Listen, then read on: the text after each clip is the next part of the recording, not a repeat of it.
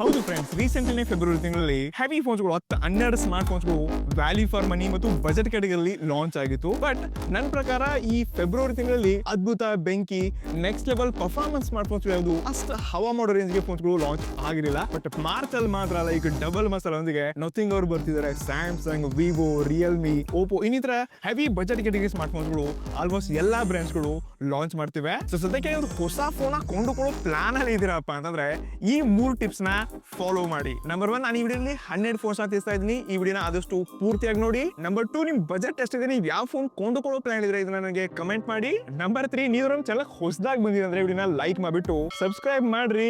So ನಾನು ಇಲ್ಲಿ ಮೊದಲನೇ ಫೋನ್ ಬರ್ತಾ ಇದೆ, ಇದು ನಥಿಂಗ್ ಕಡೆಯಿಂದ ಮೋಸ್ಟ್ ಕಾಂಟ್ರವರ್ಸಿ ಸಿರೀಸ್ ಫೋನ್ ಅಂತ ಕರಿಬಹುದು. ಇಲ್ಲಿ ಒಟ್ಟಾರೆ 2 ಫೋನ್ಸ್ಗಳು ಲಾಂಚ್ ಆಗ್ತದೆ. ಇದೇ ಮಾರ್ಚ್ 4ನೇ ತಾರೀಕಿಗೆ. ಒಂದು ನಥಿಂಗ್ ಫೋನ್ 3A ಆದ್ರೆ ಮತ್ತೊಂದು ನಥಿಂಗ್ ಫೋನ್ 3A Pro ಅಂತ ಫಾರ್ ದ ಫಸ್ಟ್ ಟೈಮ್ 2 ಫೋನ್ಸ್ಗಳನ್ನ ನಥಿಂಗ್ ಅವರು ಅಟ್ ಎ ಟೈಮ್ ಲಾಂಚ್ ಮಾಡ್ತಾ ಇದ್ದಾರೆ. ಸೊ ಇಲ್ಲಿ 2 ಸ್ಮಾರ್ಟ್ ಫೋನ್ಸ್ಗಳ ಮೇನ್ ಸ್ಪೆಸಿಫಿಕೇಶನ್ ಆಲ್ಮೋಸ್ಟ್ ಸೇಮ್ ಆಗಿದೆ. ನೋಡ್ಕೋಬಹುದು, 50 ಮೆಗಾ ಪಿಕ್ಸೆಲ್ನ ಟ್ರಿಪಲ್ ರಿಯರ್ ಕ್ಯಾಮ್ರಾ ಸೆಟಪ್ನ ಕೊಡ್ತಾ ಇದ್ದಾರೆ. 5000 mAh ಬ್ಯಾಟ್ರಿ, 6.7 ಇಂಚ್ ಅಂತ AMOLED display, Android 15, Nothing OS 3.1 ಕೊಡ್ತಿದ್ದಾರೆ. ಸೊ ಆಲ್ಮೋಸ್ಟ್ ಎಲ್ಲ ಸ್ಪೆಸಿಫಿಕೇಶನ್ಸ್ಗಳು ಸೇಮ್ ಟು ಸೇಮ್ ಇದ್ರೆ. ಒಂದು ಇಲ್ಲಿ ಕ್ಯಾಮ್ರಾ ಚೇಂಜಸ್ ಮಾಡಿದ್ರೆ, ಮತ್ತೊಂದು ರ್ಯಾಮ್ ಮತ್ತು ಸ್ಟೋರೇಜ್ ವೇರಿಯಂಟ್ ಚೇಂಜ್ ಮಾಡಿಬಿಟ್ಟು 2 ವೇರಿಯಂಟ್ಸ್ ಆಪ್ಷನ್ಸ್ಗಳನ್ನ ಇಲ್ಲಿ ಆಡ್ ಮಾಡಿದ್ರೆ. ಹೀಗಾಗಿ ನಥಿಂಗ್ ಫೋನ್ 3A ನನ್ನ ಪ್ರಕಾರ 22 ರಿಂದ 30 ಸಾವಿರ ರೂಪಾಯಿಗೆ ಲೀಕ್ಸ್ ಪ್ರಕಾರ ಲಾಂಚ್ ಆದ್ರೆ, ನಥಿಂಗ್ ಫೋನ್ 3A Pro ಹತ್ರ 35 ಸಾವಿರ ರೂಪಾಯಿಗೆ ಲಾಂಚ್ ಆಗಲಿದೆ ಅಂತೆ. ಸೊ ಡೆಫಿನೆಟ್ಲಿ ಫಸ್ಟ್ ಸೆಲ್ ಬಂದ ತಕ್ಷಣ 2 ಫೋನ್ಸ್ಗಳನ್ನ ಪಟಾಕ್ಸೆ ಪರ್ಚೇಸ್ ಮಾಡಿಬಿಟ್ಟು ಫುಲ್ ಇನ್ ಡೆಪ್ತ್ ರಿವ್ಯೂನ ತಗೊಂಡ್ ಬರ್ತೀನಿ. ರಿಡಿಸಲ್ಲಿ ನೆಕ್ಸ್ಟ್ ಫೋನ್ಸ್ಗಳು ಬರ್ತಾ ಇರೋದು ಸ್ಯಾಮ್ಸಂಗ್ ಕಡೆಯಿಂದ. ಅವರು ಒಟ್ಟಾರೆ 5 ರಿಂದ 6 ಫೋನ್ಸ್ಗಳು ಲಾಂಚ್ ಮಾಡ್ತಾ ಇದ್ದಾರೆ. ಫೆಬ್ರವರಿ 27ನೇ ತಾರೀಕಿಗೆ ಮೇ ಬಿ ಎ ಸಿರೀಸ್ನ 3 ಫೋನ್ಸ್ಗಳು ಲಾಂಚ್ ಆಗ್ತದೆ. ಇದೇ ಬಿಟ್ಟರೆ ಎಂ ಸಿರೀಸ್ ಮತ್ತು ಎಫ್ ಸಿರೀಸ್ನ ಬೇರೆ 2 ಫೋನ್ಸ್ಗಳು ಕೂಡ ಲಾಂಚ್ ಆಗ್ತದೆ. ಸೊ ಮೊದಲಾಗಿ 27ನೇ ತಾರೀಕಿಗೆ ಲಾಂಚ್ ಆಗ್ತಿರುವಂಥ ಸ್ಯಾಮ್ಸಂಗ್ ಎ ಸಿರೀಸ್ನ A26, A36 ಮತ್ತು A56. ಸೊ ಹೋಪ್ಫುಲಿ ಫೋನ್ ಕಳಿಸ್ಕೊಟ್ರು ಅಂದ್ರೆ ನಾನು ಅನ್ಬಾಕ್ಸ್ ಮಾಡಿರ್ತೀನಿ. ಸೊ ಮೊದಲು ಸ್ಯಾಮ್ಸಂಗ್ A26 ಇದೆ. ಇದಿಲ್ಲದೆ 6.7 ಅಂತ AMOLED ಡಿಸ್ಪ್ಲೇ ಇದೆ. 4nm ಎಕ್ಸಿನೋ ಚಿಪ್ಸೆಟ್ನ ಕೊಡ್ತಾ ಇದ್ದಾರೆ. 50 ಮೆಗಾ ಪಿಕ್ಸೆಲ್ನ ಟ್ರಿಪಲ್ ರಿಯರ್ ಕ್ಯಾಮ್ರಾ ಸೆಟಪ್ನ ಕೊಡ್ತಾ ಇದ್ದಾರೆ. ಇನ್ನೊಂದೇ ಸ್ಯಾಮ್ಸಂಗ್ A36 ಬಂದ್ವಿ ಅಂತಂದ್ರೆ ಸ್ನ್ಯಾಪ್ಡ್ರ್ಯಾಗನ್ 7S Gen 2 ಚಿಪ್ಸೆಟ್ ಒಂದಿಗೆ 50 ಮೆಗಾ ಪಿಕ್ಸೆಲ್ ಕ್ಯಾಮ್ರಾ, ಆಂಡ್ರಾಯ್ಡ್ 15 ಮತ್ತು One UI 7 ಅಪ್ಡೇಟ್ ಅನ್ನು ಕೊಡ್ತಿದ್ದಾರೆ ಅಂತ ತುಂಬಾ AI ಫೀಚರ್ಸ್ನ ಕೂಡ ಈ ಸರ್ತಿ ಆಡ್ ಮಾಡಿದಾರಂತೆ. ಇದಕ್ಕೆ ಸ್ಯಾಮ್ಸಂಗ್ A56 ಬಂದಿತ್ತಂದ್ರೆ ತುಂಬಾ ಪ್ರೀಮಿಯಂ ಡಿಸೈನ್ ಒಂದಿಗೆ ಈ ಸ್ಮಾರ್ಟ್ ಫೋನ್ ಎಕ್ಸಿನೋಸ್ 1580 ಚಿಪ್ಸೆಟ್ ಒಂದಿಗೆ AMOLED display, One UI 7.0, 50 mega pixel triple rear camera setup, OIS ಮತ್ತು ಎಲ್ಲ ಸೆನ್ಸರ್ಸ್ಗಳು ನಿಮಗೆ 4K ರೆಕಾರ್ಡ್ ಎಲ್ಲ ಕೊಡಿರುತ್ತೆ. So definitely Samsung A series ಮಾರ್ಕೆಟ್ಲಿ ತುಂಬಾ ಪ್ರೀಮಿಯಂ ಕ್ವಾಲಿಟಿ ಎಕ್ಸ್ಪೀರಿಯನ್ಸ್ ಕೊಡುತ್ತೆ. ಬಟ್ ಈ ಫೋನ್ಸ್ಗಳು ತುಂಬ ಎಕ್ಸ್ಪೆನ್ಸಿವ್, ಸ್ವಲ್ಪ ಜಾಸ್ತಿ ಬೆಲೆ ಇರುತ್ತೆ ಅನ್ಕೋಬಹುದು. ಬಟ್ ಡೆಫಿನೆಟ್ಲಿ ಈ ಸರ್ತಿ ಕಮ್ಮಿ ಬೆಲೆಗೆ ಲಾಂಚ್ ಮಾಡೋದು ಅಂದರೆ ಸ್ವಲ್ಪ ಮಾರ್ಕೆಟಿಂಗ್ ಎಲ್ಲ ಜಾಸ್ತಿ ಇರುತ್ತೆ. But A series design looks ಇಲ್ಲೇ ಸಾಯುತ್ತೆ ಸ್ಯಾಮ್ಸಂಗ್. ಇಷ್ಟೇ ಮತ್ತೆ ಇದ್ರ ಜೊತೆಗೆ 2 ಬೇರೆ ಫೋನ್ಸ್ಗಳು ಲಾಂಚ್ ಮಾಡ್ತಾ ಇದ್ದಾರೆ. ಒಂದು ಸ್ಯಾಮ್ಸಂಗ್ F16 ಆದರೆ ಸ್ಯಾಮ್ಸಂಗ್ M16 ಕೂಡ ಇದೆ. ಮೇ ಬಿ ಮಾರ್ಚ್ 1 ಅಥವಾ 2nd ವೀಕಲ್ಲಿ ಲಾಂಚ್ ಆಗುತ್ತೆ. ಆಲ್ಮೋಸ್ಟ್ ಎಲ್ಲ ಫೋನ್ಸ್ಗಳು ಒಟ್ಟೊಟ್ಟಿಗೆ ಹತ್ತತ್ರ ಫೆಬ್ರವರಿ ಮಾರ್ಚಲ್ಲಿ ಫುಲ್ ಹಬ್ಬ ಮಾಡೋದಂಗೆ ಸ್ಯಾಮ್ಸಂಗ್ ಅವರು ಹಬ್ಬ ಮಾಡ್ತಿದ್ದಾರೆ. ಇಡಿಸಲ್ಲಿ ನೆಕ್ಸ್ಟ್ ಫೋನ್ ಬರ್ತಾ ಇದೆ. ನಾನಂತೂ ಈ ಫೋನ್ಗೆ ಸೂಪರ್ ಡೂಪರ್ ಎಕ್ಸೈಟೆಡ್ ಇದ್ದೀನಿ. ಎಸ್, ಅದು ಒಂದೇ ನೋಡಿ, ಐಕಾನ್ ಅವರ ನಿಯೋ 10R ಇದೆ. 11ನೇ ಮಾರ್ಚ್ ಲಾಂಚ್ ಆಗ್ತದೆ. ಎಸ್, ಈ ಸ್ಮಾರ್ಟ್ ಫೋನ್ 6.7 ಇಂಚ್ ಇರುವಂತ 1.5K AMOLED 8S Gen 3 chip ಒಂದಿಗೆ 50 ಮೆಗಾ ಪಿಕ್ಸೆಲ್ನ triple rear camera setup, 12 GB RAM, 5,500 mAh battery ಒಂದಿಗೆ 90-120 ವ್ಯಾಟ್ನ ಪವರ್ ಟೇನೋ ಬೇರೆ ಬೇರೆ ಆಪ್ಷನ್ ಕೊಡಿದಾರಂತೆ. ಎಸ್, ಈ ಸ್ಮಾರ್ಟ್ ಫೋನ್ ಪ್ರಕಾರ ಆಲ್ಮೋಸ್ಟ್ ಒಂದು 35-40 ಹತ್ರ ಲಾಂಚ್ ಆಗುತ್ತೆ. ಮತ್ತೆ ಈ ಪ್ರೈಸ್ ರೇಂಜ್ಗೆ ತುಂಬಾ ಬೇರೆ ಬೇರೆ ಕಾಂಪಿಟೇಟರ್ಸ್ ಕೂಡ ಇದ್ದಾರೆ. ಬಟ್ ಇದು ಪರ್ಫಾರ್ಮೆನ್ಸ್ ಅಲ್ಲಿ ಕಿಂಗ್ ಆಗೋದ್ರಲ್ಲಿ ಯಾವುದೇ ಇರೋದಿಲ್ಲ. ಎಸ್, ಈ ಸ್ಮಾರ್ಟ್ ಫೋನ್ ಕಳಿಸ್ಕೊಟ್ರು ಅಂದ್ರೆ ಇದನ್ನ ಕೂಡ ಡೆಫಿನೆಟ್ಲಿ ಅನ್ಬಾಕ್ಸ್ ಮಾಡಿರ್ತೇನೆ. ಎಡಿಸಲ್ಲಿ ನೆಕ್ಸ್ಟ್ ಫೋನ್ ಬರ್ತಾ ಇದೆ. ಅದು ಗೂಗಲ್ ಕಡೆಯಿಂದ ಗೂಗಲ್ ಪಿಕ್ಸೆಲ್ ಸಿರೀಸ್ನ 9A ಇದೊಂದು ಬೇಸ್ ವೇರಿಯಂಟ್ ಅಂತ ಕರೀತಾರೆ. ಬಟ್ ಇದ್ರ ಬೆಲೆನೇ ಲೀಕ್ಸ್ ಪ್ರಕಾರ 42 ಸಾವಿರ ರೂಪಾಯಿಗೆ ಲಾಂಚ್ ಆಗಿದೆ ಅಂತೆ. ಎಸ್, ಈ ಸ್ಮಾರ್ಟ್ ಫೋನ್ 6.3 ಇಂಚಸ್ ಇರುವಂತ ಕಾರ್ಡ್ ಡಿಸ್ಪ್ಲೇ ಇದೆ ಅಂತೆ.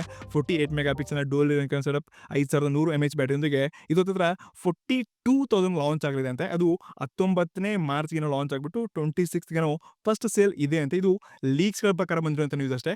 ಬಟ್ ಇಷ್ಟೊಂದು ದುಡ್ಡು ಕೊಟ್ಟು ಅದು 9A ಬೇಸ್ ಸಿರೀಸ್ನ ಯಾರು ತಗೊಳ್ತಾರಂತ ಅನ್ಸಲ್ಲ. ಬಟ್ ಸ್ಟಿಲ್ ಪಿಕ್ಸೆಲ್ ಲವರ್ಸ್ ಕೂಡ ತುಂಬಾ ಜನ ಇದ್ದಾರೆ ಭಾರತದಲ್ಲಿ.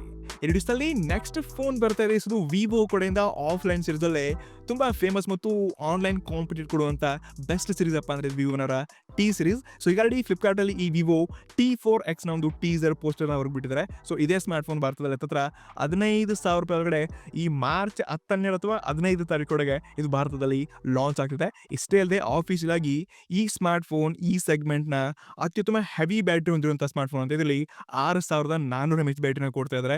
6.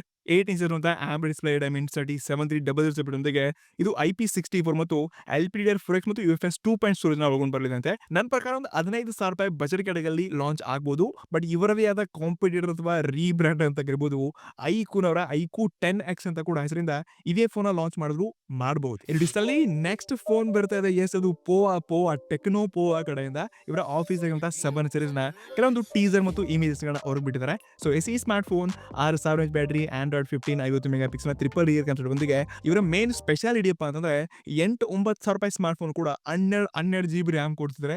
ಈ ಸೀರೀಸ್ ಕೂಡ ಎಲ್ಲದರಲ್ಲಿ 12 GB ರ್ಯಾಮ್ ಫೋನ್ ಬರಲಿದೆ ಅಂತೆ. ಬಟ್ ಪರ್ಫಾರ್ಮೆನ್ಸ್ ವೈಸ್ ಅಷ್ಟೊಂದು heavy like long term use ಮಾಡೋಕೆ ಟೆಕ್ನೋ ಫೋನ್ಸ್ ಇಲ್ಲ ಗುರು, ವ್ಯಾಲ್ಯೂ ಫಾರ್ ಮನಿ, ಸ್ಪೆಸಿಫಿಕೇಶನ್ ಚೆನ್ನಾಗಿ ಕಾಣಿಸುತ್ತೆ. ಬಟ್ ಇಲ್ಲಿ ಕೆಲಸ ಮಾಡಿದ್ರೆ ಚೆನ್ನಾಗಿರುತ್ತೆ. But still ನೋಡೋಣಂತೆ.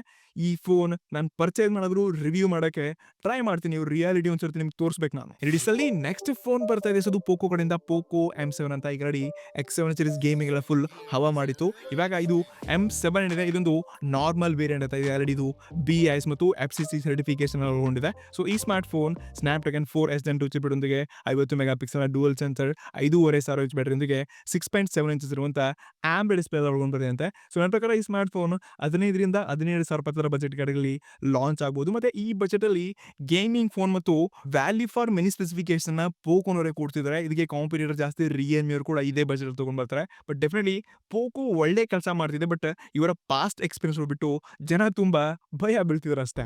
ಎರಡಿಸಲ್ಲಿ ಕೊನೆಯ ಸ್ಮಾರ್ಟ್ ಫೋನ್ ಬರ್ತಾ ಇದೆ. ನಾನು ಈ ಫೋನ್ಗೆ ಸೂಪರ್ ಡೂಪರ್ ಎಕ್ಸೈಟೆಡ್ ಇದ್ದೀನಿ. ಎಷ್ಟು ನಾನು ಮಾತಾಡ್ತಾ ಇರೋದು ಮೋಟೋ ಹೊಸ ಮೋಟೋ ಎಡ್ಜ್ 50 ಅಲ್ಲ 60 ಸೀರೀಸ್ ನ ಹೊಸ ಪ್ರೋ ಸ್ಮಾರ್ಟ್ ಫೋನ್. ಇದರಲ್ಲಿ 6.7 ಇಂಚಸ್ ಇರುವಂತಹ card display, Android 15 Snapdragon 7 Gen 3 chipset, 5000 mAh battery ಒಂದಿಗೆ 68 ವ್ಯಾಟ್ನ ಪವರ್ ಮತ್ತೊಂದು 125 ವ್ಯಾಟ್ನ ಪವರ್ ಕೂಡ ಆಡ್ ಮಾಡಿದ್ರೆ, ಜೊತೆಗೆ 50 mega pixel triple rear camera ಒಂದಿಗೆ ಈ ಸ್ಮಾರ್ಟ್ ಫೋನ್ ನಿಜವಾಗ್ಲೂ ಮಾರ್ಕೆಟ್ ಅನ್ನ ಅಲರ್ಸೋದ್ರಲ್ಲಿ ಯಾವುದೇ ರೆಡಿ ಇಲ್ಲ. ಲಾಸ್ಟ್ ಇಯರ್ 50 Pro ಕೂಡ ಹೆವಿ ಗುರು ತುಂಬಾ ಕಮ್ಮಿ ಬೆಲೆಗೆ ಅದ್ಭುತ ಸ್ಪೆಸಿಫಿಕೇಶನ್ ಕೊಟ್ಟಿದ್ರು.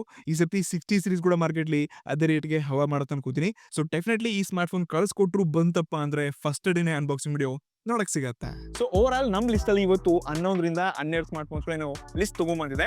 ಆಲ್ಮೋಸ್ಟ್ 90% ಈ ಎಲ್ಲ ಫೋನ್ಸ್ ಲಾಂಚ್ ಆಗತ್ತೇನೆ. ಇದ್ರ ಜೊತೆಗೇನೆ ಇನ್ನು ರಿಯಲ್ಮಿ ನಾರ್ಜೋ ಸೀರೀಸ್ ನ 80 ಸೀರೀಸ್ ಬರ್ತಾ ಇದೆ, ಗೂಗಲ್ ಪಿಕ್ಸೆಲ್ ನ ಹೊಸ ಸೀರೀಸ್ ಬರ್ತಾ ಇದೆ, ಇನ್ಫಿನಿಕ್ಸ್ ಅವ್ರು ಬರ್ತಿದ್ದಾರೆ, ಟೆಕ್ನೋ ಬರ್ತಿದ್ದಾರೆ, ಇನ್ನು ಬೇಜಾನ್ ಫೋನ್ಸ್ ಕೂಡ ಲಾಂಚ್ ಆಗಿದೆ. ಬಟ್ ಅದ್ರ ಬಗ್ಗೆ ಯಾವುದೇ ಸ್ಟ್ರಾಂಗ್ ಲೀಕ್ಸ್ ಗಳು ಬಂದಿಲ್ಲ.